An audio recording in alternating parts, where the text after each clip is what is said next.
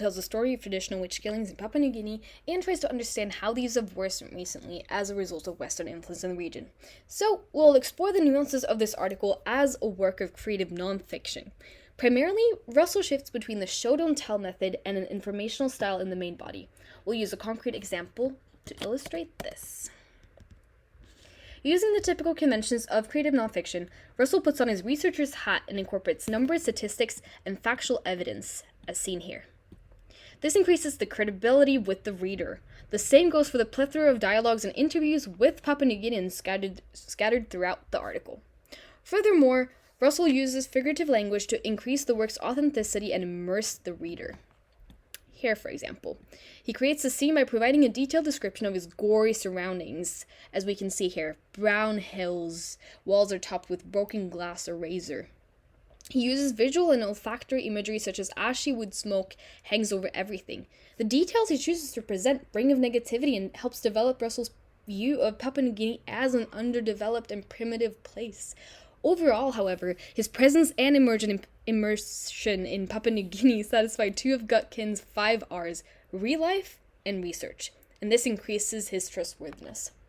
Secondly, what's unique about this article is its incorporation of purely fictional and made-up chapters about the witch killings in 2013. We'll see him here. This severely decreases Russell's reliability and deceives the reader, because he clearly breaches Clarke's principles of 1. Do not deceive, and 2. Do not add. We expect as a reader, and trust him as a journalist, to have his work, quote-unquote, ring truth. Moving on, I want to highlight 2 aspects of my interpretive lens that might have tainted my reading and interpretation of this work.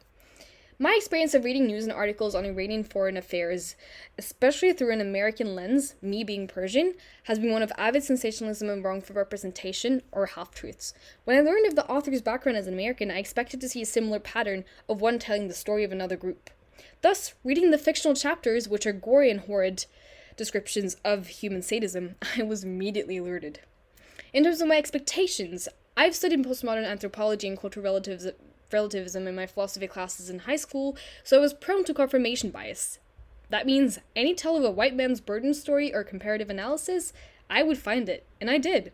For example, he uses words like man-eating natives to describe the Papua New Guineans, and he quotes Bronislaw Malinowski's work from 1944, and he's an author whose interpretive or colonialist methods many critics acclaim do not consider the quote-unquote partial truths, which is antithetical to anthropology.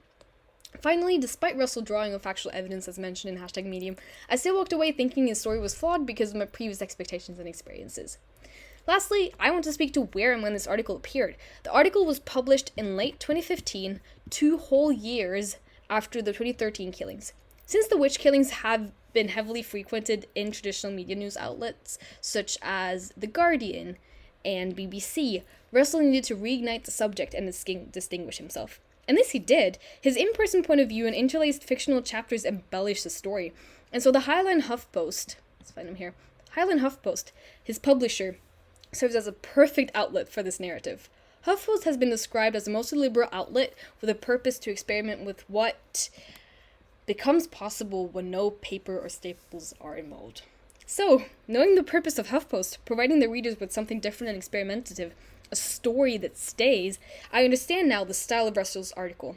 This is news as entertainment rather than a factual renditions for the objective truth. The readers want a story, and Russell's unorthodox article delivered one that stung and sticks. Thank you.